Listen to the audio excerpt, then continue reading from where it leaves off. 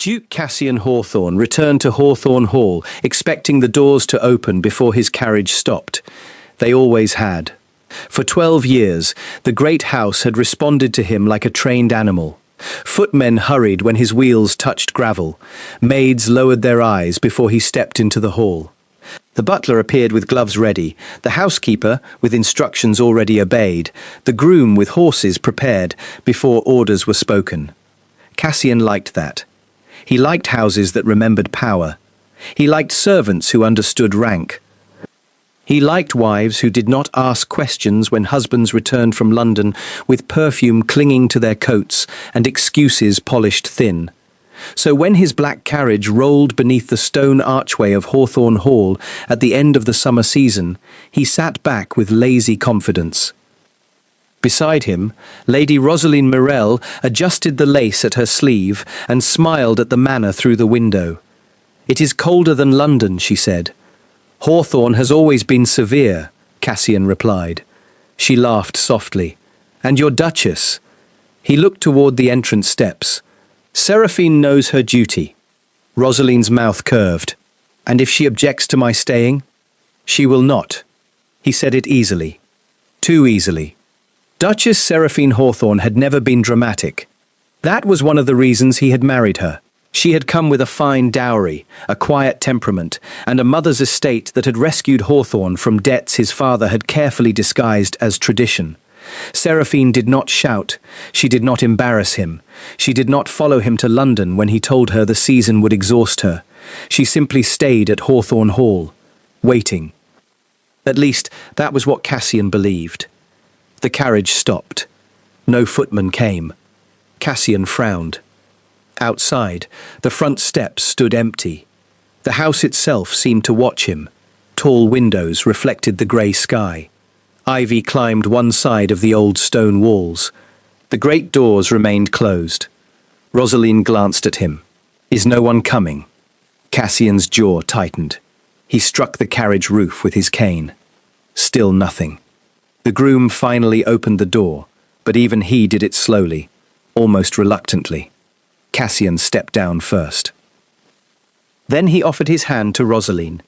She descended in pale yellow silk, young, beautiful, and entirely aware that every curtain in the house had shifted. Somewhere behind those windows, servants were watching, but none came to bow. Cassian's irritation sharpened. He climbed the steps and lifted his cane toward the door.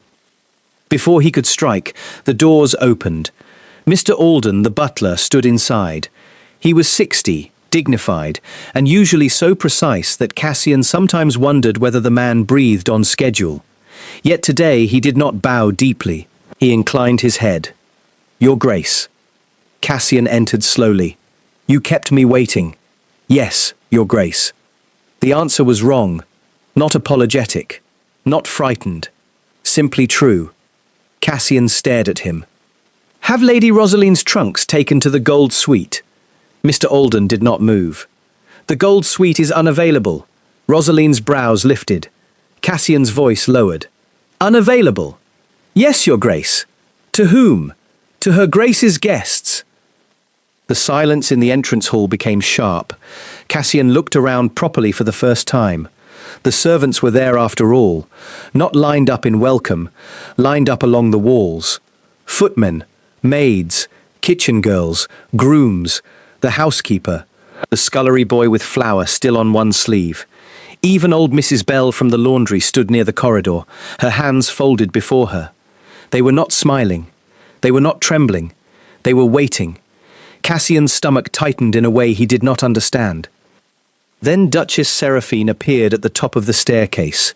She wore deep green silk, plain except for a single emerald comb in her dark hair.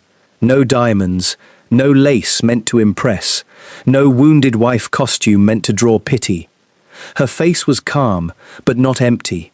That unsettled him most. A neglected woman should have looked broken. Seraphine looked prepared. "Welcome home, Cassian," she said. Her voice carried down the marble staircase.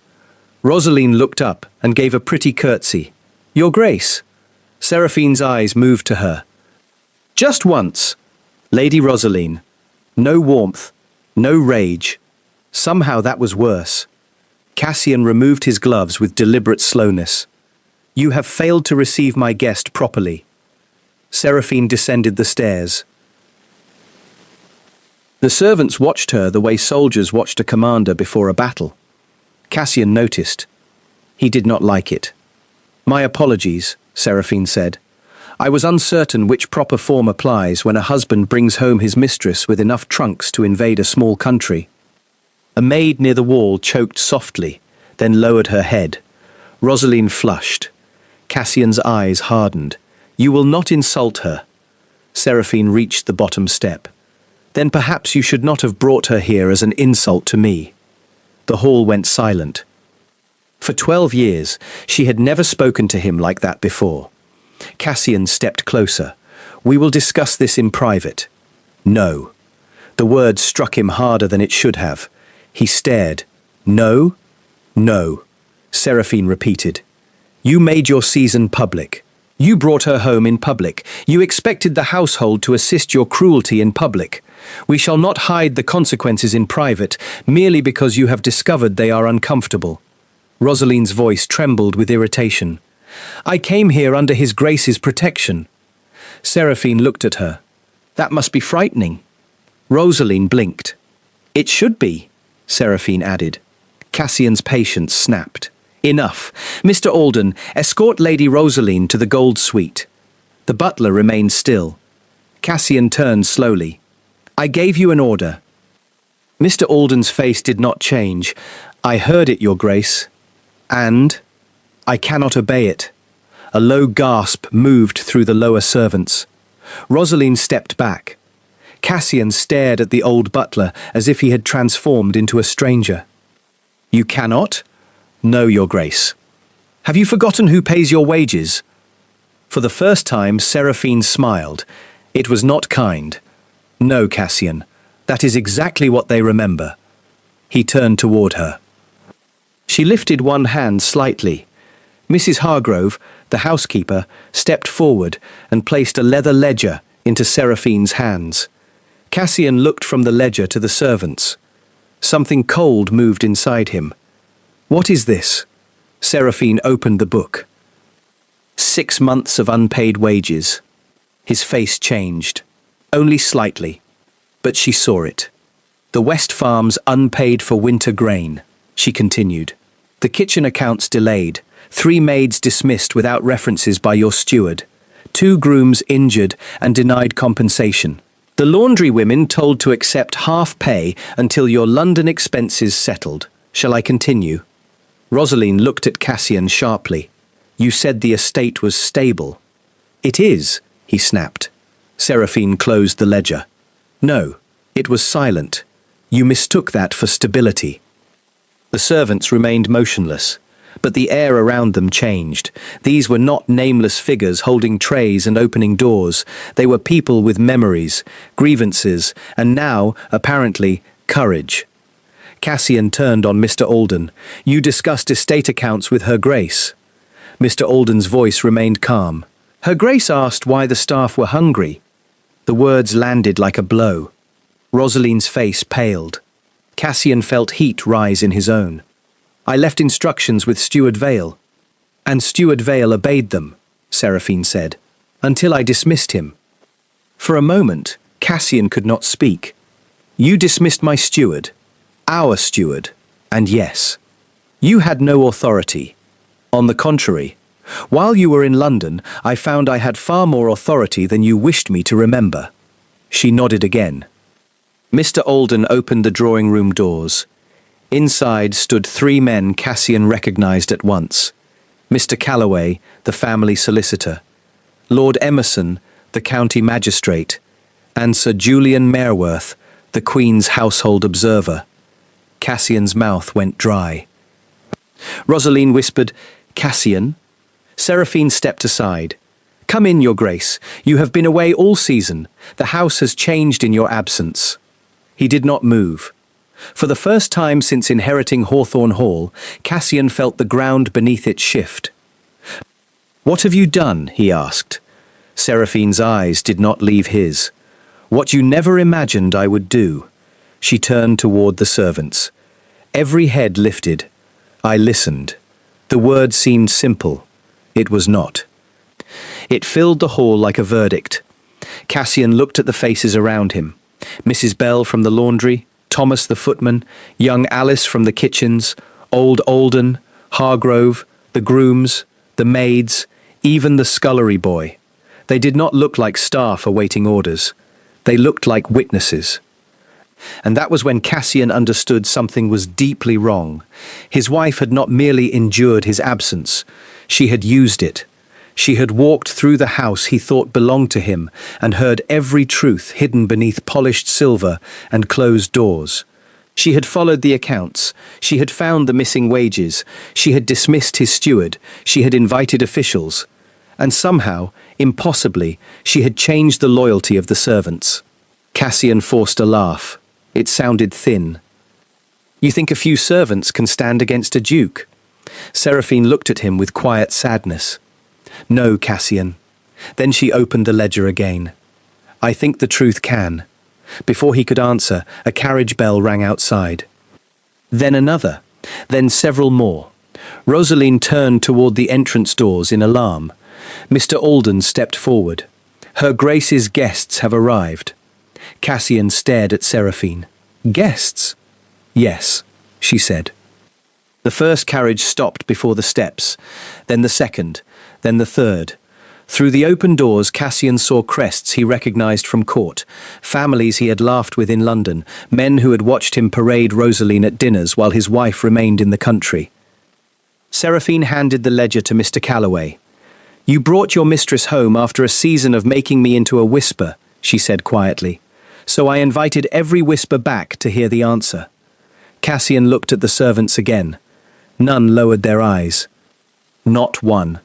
And for the first time in his life, Duke Cassian Hawthorne entered his own drawing room as a man who no longer knew whether anyone inside his house would obey him. The drawing room had never looked more beautiful. That was the cruelest part. Sunlight poured through tall windows onto polished floors. Fresh flowers stood in crystal vases. Silver trays of tea and cakes had been arranged with perfect precision. Every chair had been placed to appear casual, though Cassian knew enough about aristocratic gatherings to recognize strategy when he saw it. The important guests sat closest to the fireplace. The witnesses stood near the walls. The servants waited by the doors. His wife stood at the center of it all. Seraphine had turned his house into a courtroom without ever calling it one. Cassian entered with Rosaline at his side, though he noticed she no longer stood quite so close to him. Her earlier confidence had cracked. The pale yellow silk that had seemed charming in the carriage now looked too bright beneath the room's judgment. The Countess of Arlen watched from a blue armchair. Lord Marchvale stood near the mantel. Lady Verity, the Queen's cousin, sat beside Sir Julian Merworth with a fan closed in her lap. A closed fan was never a good sign. It meant the woman had no need to hide her expression. She wanted him to see it. Cassian bowed stiffly. This is an unexpected honour. Lady Verity replied, Your wife's invitation was unusually compelling. Rosaline tried to smile. How lovely that everyone could gather. No one answered her. Seraphine moved to the writing table. Thank you all for coming. I regret the unusual nature of this gathering, but Hawthorne Hall has suffered for too long under the protection of silence. Cassian laughed softly. Dramatic words for household misunderstandings. Mrs. Hargrove looked up. Only for a second, but Cassian saw it. So did the court. Seraphine did not argue with him. She turned to the housekeeper. Mrs. Hargrove, when did the wages first begin arriving late? The housekeeper stepped forward. Her hands were steady. 2 years ago, Your Grace. At first only a week, then a month. By last winter, 3 months for some of the lower staff. Cassian's jaw tightened. Estate income fluctuates. Seraphine nodded. Yes, that was Steward Vale's explanation as well. She lifted another ledger. Until I found the London accounts. Cassian's eyes narrowed. Rosaline's fingers gripped the back of a chair. Mr. Calloway took the ledger and began reading. Dressmaker bills. Opera boxes. gaming club debts, jewels purchased from a Bond Street merchant, a townhouse rented under an assumed name, carriage expenses, private supper accounts, and finally, payments made directly to Lady Rosaline Mirel. A murmur moved through the room. Rosaline stood. Those were gifts. Seraphine looked at her. Yes, they were. The simplicity of the answer disarmed her. Seraphine continued. Gifts bought while the kitchen maids were told to share winter boots. Gifts bought while the west roof leaked over the nursery wing. Gifts bought while Thomas Reed was dismissed for refusing to work unpaid. Thomas, the former footman, stepped forward from the far side of the room. Cassian had not even noticed him. He remembered the man vaguely. Tall, quiet, useful. One of those servants who appeared when summoned and disappeared when not needed. That was how Cassian preferred servants, present without becoming real. Now Thomas stood before the court in a clean but worn coat, his face pale but determined. Seraphine turned to him gently. Tell them what happened. Thomas swallowed. I asked Steward Vale when the wages would come. My mother was ill, and I needed to pay the apothecary.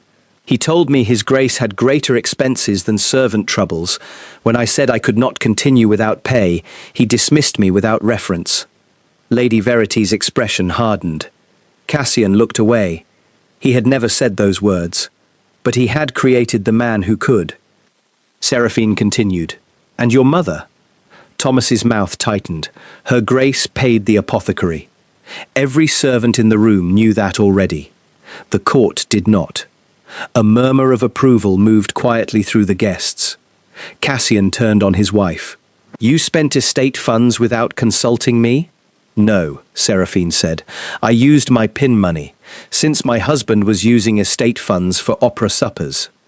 The blow landed. A few guests looked down. Rosaline's face burned. Mr. Calloway presented the next document. Her Grace then began a review of all household accounts. Steward Vale attempted to prevent access to the wage ledgers. He claimed only His Grace could authorize review. He was correct, Cassian said. No, Calloway replied. He was not. The solicitor opened a copy of the marriage settlement. Cassian went still. He had never read the thing closely. His father's lawyers had handled it. Seraphine's mother's lawyers had insisted on several clauses. Cassian had signed because he wanted the dowry, the alliance, and the wedding done before creditors asked questions. Calloway read calmly. In the event of the Duke's extended absence from the principal estate, the Duchess retains authority over household management, wage distribution, staff protections, and internal discipline, especially where negligence threatens the welfare of dependents. Lady Verity's brows lifted. The Countess of Arlen whispered, Excellent clause. Seraphine's mouth curved faintly. My mother was an excellent woman. Cassian looked at her. For the first time, he wondered how much of his comfort had been built on things he never understood. Rosaline stepped forward. This may all be regrettable, but surely it has nothing to do with me. Mrs. Bell from the laundry made a small sound. Seraphine looked toward her. Mrs. Bell?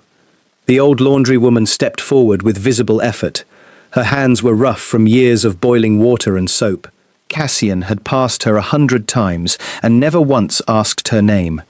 Now he would never forget it. The lady sent word ahead, Mrs. Bell said. Rosaline went white. Cassian turned. What word? Mrs. Bell took a folded note from her apron. Seraphine did not touch it. Mr. Calloway did. He read aloud. The West maids should be removed before my arrival. I dislike sullen faces and old servants too loyal to the Duchess. His Grace will approve the changes once I am settled. The room went ice cold. Rosaline's lips parted. That is private correspondence. Lady Verity spoke sharply. It is a private cruelty, not a private innocence. Rosaline looked at Cassian. I only meant the household would be uncomfortable with me here. Seraphine's voice became quiet. So you plan to remove the discomfort? Rosaline said nothing. Seraphine nodded to the maid nearest the door. Alice, the kitchen girl, stepped forward next. She looked barely 17, her cap trembling slightly as she held herself straight. Cassian felt irritation rise at first. Why was a child being allowed to speak before court guests? Then he saw Seraphine's face and stopped himself. Alice lifted her eyes.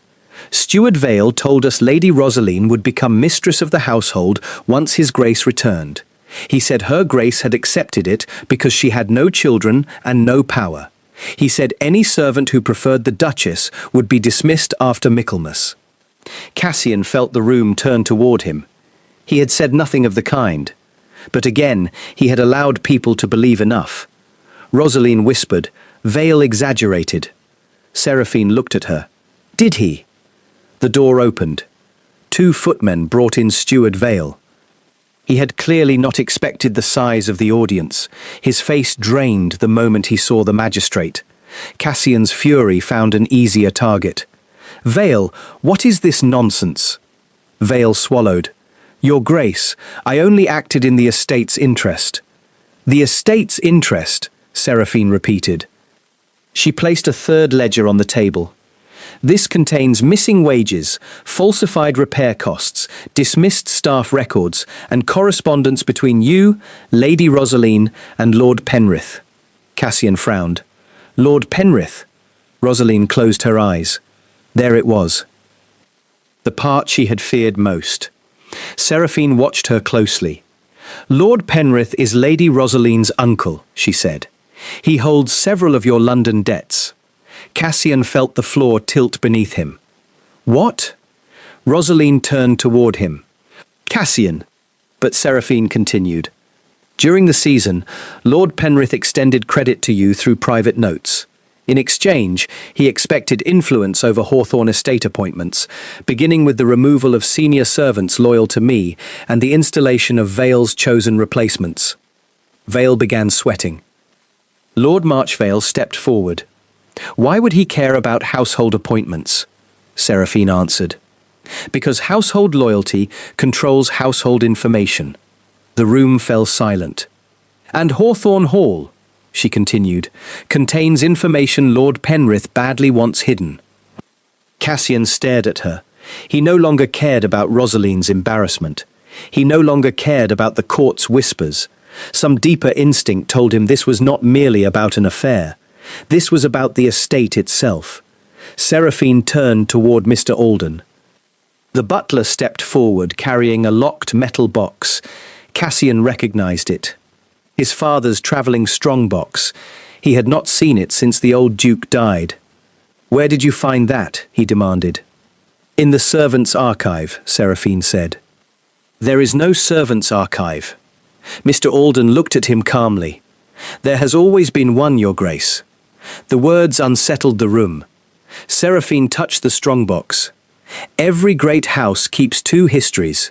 One in portraits and family papers, another in kitchens, laundry rooms, ledgers, letters and memories. Your father understood that, so did the servants who survived him. Cassian's mouth went dry. Survived him? Mrs. Hargrove lowered her eyes. Mr. Alden opened the box.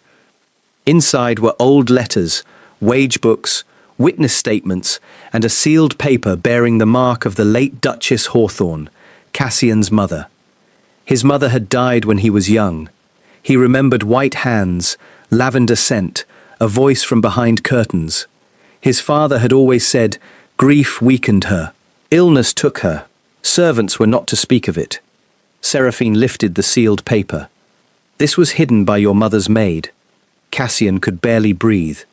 What is it? Seraphine's expression softened, but only for a moment. A confession. The room disappeared around him.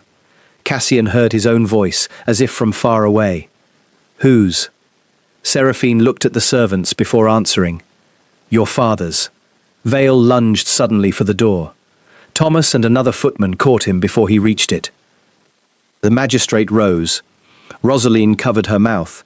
Cassian stared at the strongbox. Seraphine broke the seal. And in front of the court, the servants, his mistress, and the ghosts of Hawthorne Hall, she began to read the truth his entire life had been built to hide. The loyalty he had to earn. The confession did not begin with murder, madness, or anything dramatic enough to excuse the silence that followed. It began with money. That made it worse. The late Duke Hawthorne had borrowed heavily against lands he did not fully own. He had hidden debts behind household accounts, delayed wages, dismissed anyone who questioned him, and used fear to keep the estate obedient. When servants threatened to speak, he ruined their references. When tenants complained, he raised rents. When his wife objected, he called her fragile. Cassian listened as Seraphine read in the quiet room. His father's handwriting was unmistakable, sharp, controlled, cruel in its neatness. The confession had been written during the old Duke's final illness, but never delivered. It admitted that several properties believed to belong to the Hawthorne line had in fact been purchased with the dowry of Cassian's mother. Her will had required that certain funds be placed into a protection trust for household dependents, pensions for long-serving staff, medical care for injured workers, education for servant children, and safeguards against dismissal without wages or references. The old Duke had suppressed it for 23 years. Cassian felt sick. Seraphine continued reading until her voice reached the last page. If my son becomes the man I made him, let the servants remember what I tried to erase. Let the duchess who comes after me find this, if she has the courage to listen where no one else listens. The words settled over the room. No one moved. Cassian's throat tightened. The father he had feared and admired had built Hawthorne power on theft from the very people polishing its silver. And Cassian, without knowing the full truth, had continued the pattern. Late wages, dismissed servants, a steward using fear in his name, a mistress writing ahead to remove loyal faces. He wanted to say he had not known, but ignorance suddenly felt less like innocence and more like laziness dressed in silk. Lord Emerson, the magistrate, took the confession from Seraphine and examined the seal. Sir Julian Merriworth reviewed the attached will. Mr. Calloway produced copies of bank records Seraphine had already gathered. Of course she had. She had spent the season building a case, while he spent it being admired by a woman whose uncle wanted his debts to swallow the house. Rosaline stood trembling near the window.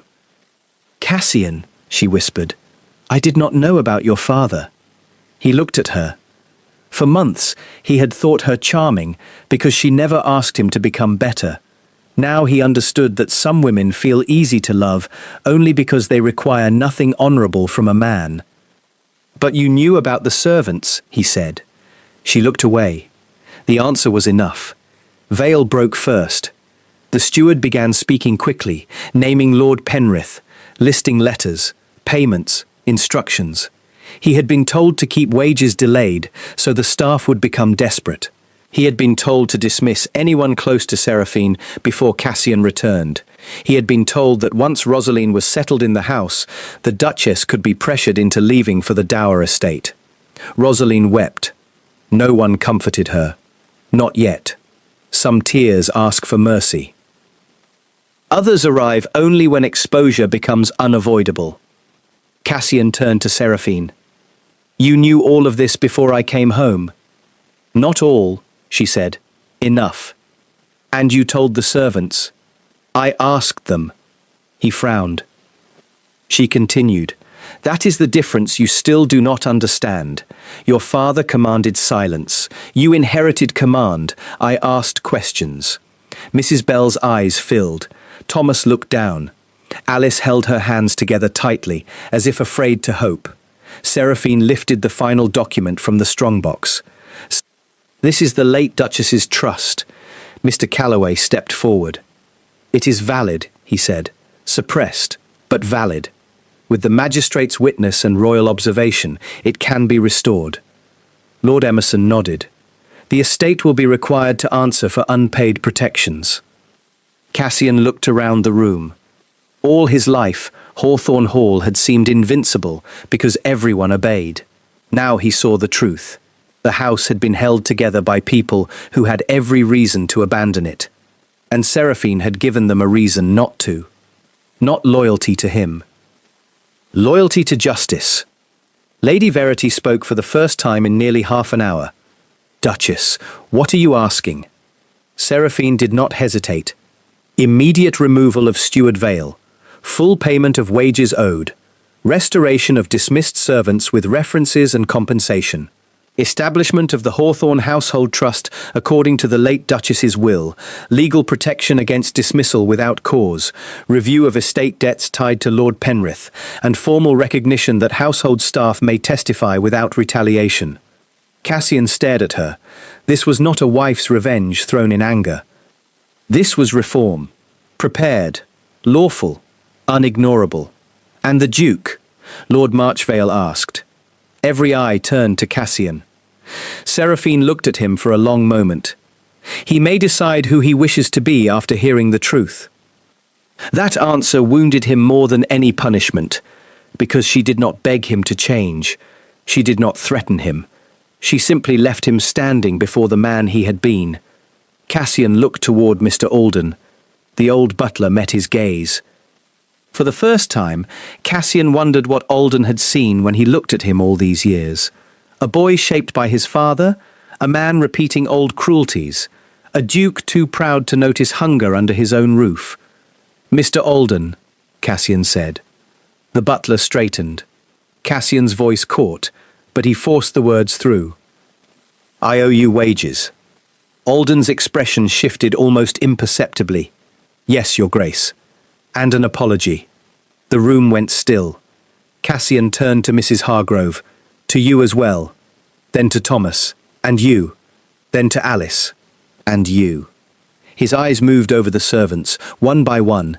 "I cannot undo what my father did. I cannot undo what I allowed by refusing to see.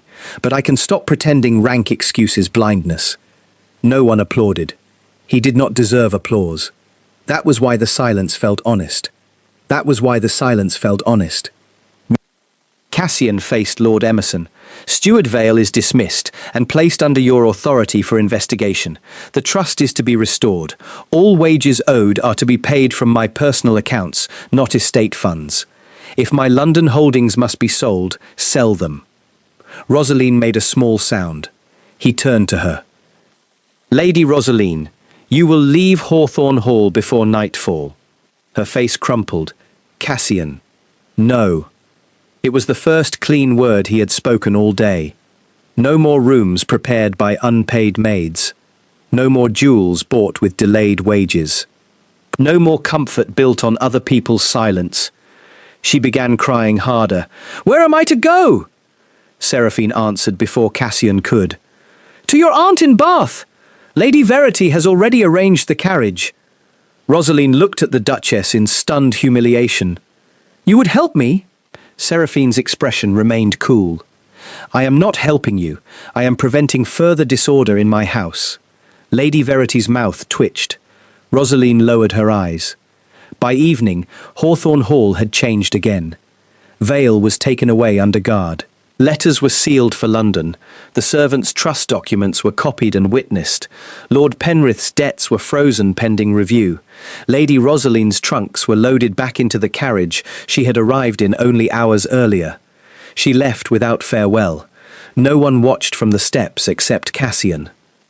Not because he loved her, because he needed to see the consequence of what he had invited into his home. When the carriage disappeared, he turned back toward the hall. The servants were not lined up now. They were working, quietly, steadily. Not for him, for the house, for Seraphine, for themselves. That realization humbled him more deeply than public disgrace. Later that night, he found Seraphine in the old servants' archive. He had not known the room existed that morning. It lay beyond the lower corridor near the linen stores, a small stone chamber filled with ledgers, old trunks, letters, wage rolls, household keys, birth records, funeral notices, recipes, and lists of servants who had lived and died within Hawthorne walls. The hidden memory of the house. Seraphine stood at a table, carefully placing his mother's confession into a protective folder. Cassian stopped at the doorway. "May I enter?" She looked up. The question mattered. Yes. He came inside slowly, like a stranger in a chapel. I thought loyalty meant obedience, he said. Seraphine closed the folder. Most men in great houses do. And you? I think loyalty means people trust you enough to remain when leaving would be easier. He looked at the shelves, at the names written in old ink. They trust you. Yes. Not boastful, not apologetic. True. He nodded. Good. That surprised her. He saw it. I wanted them to choose me, he said. Even after everything. Some childish part of me expected it. But they should not. Not yet. Seraphine studied him. And what will you do with that understanding? Begin where I should have begun. With apologies? With wages. For the first time that day, something softened near her mouth. Not forgiveness. Not affection. But recognition. A beginning, perhaps. The weeks that followed were not gentle. Hawthorne Hall did not heal simply because a duke had been embarrassed. Servants who had been mistreated did not forget because money arrived. Thomas returned with his mother, but he refused the footman's position at first. Alice cried when given proper pay, and then became angry that gratitude had been expected for what was owed. Mrs. Bell accepted her pension with dignity, so sharp it cut every noble guest who witnessed it. Cassian learned to stand in rooms where no one rushed to comfort him. He attended wage meetings. He read ledgers. He discovered names. He visited the laundry, the kitchens, the stables, the tenant cottages, the old west wing where maids slept two to a room, because no duke before him had cared about the damp. Everywhere he went, he found evidence that Hawthorne Hall had survived, not because of ducal greatness, but because ordinary people had held it upright with blistered hands and unpaid patience. Seraphine did not guide him gently. She corrected him sharply. Often. He accepted it. Slowly, the staff stopped stiffening when he entered, not because they forgot, but because he no longer entered like a man expecting the world to bend. Winter came. The household trust was formally restored in the county court. The story spread through society, as all scandal does. At first, people laughed at the duke whose servants had turned against him. Then the laughter shifted. Other houses began reviewing wage books. Other maids began asking questions. Other duchesses began listening. At the Queen's winter reception, Lady Verity raised a toast that made half the court uncomfortable. To the servants who remember what families forget, Seraphine lifted her glass. Cassian did too. From across the room, someone whispered that Duchess Hawthorne had conquered her husband. Seraphine heard and smiled faintly. She had not conquered him. She had simply stopped carrying his blindness. That evening, when they returned to Hawthorne Hall, the doors opened before the carriage stopped. Mr. Alden stood at the entrance. This time, when Cassian stepped down, the butler bowed. Not deeply, not fearfully, respectfully. Cassian understood the difference now. Mr. Alden, he said, Your Grace. Is Her Grace's meeting prepared for the morning? Yes, Your Grace. The household council will gather at 10. The old Cassian would have laughed at the phrase. Household council. Now he only nodded. Good. Seraphine stepped down beside him. The servants greeted her first. Not because Cassian had fallen. Because she had risen in truth. He watched her enter the hall, and for the first time he did not resent their loyalty to her. He admired their wisdom. Years later, people still told the story of the duke who spent a season with his young mistress and came home expecting obedience. They said his wife met him with ledgers. They said the servants refused to bow. They said an old strongbox exposed a buried crime, a mistress was sent away, and a house learned to speak. But the servants told the story differently. They said the Duchess asked their names. They said she paid what was owed. They said she listened before she commanded. And when the Duke finally returned, he found not rebellion, but the truth every great house fears most. Loyalty cannot be inherited. It cannot be purchased with titles. It cannot be forced by bells, wages, uniforms, or fear. It must be earned. and at Hawthorne Hall the servants had already given theirs to the only person who had treated them as human.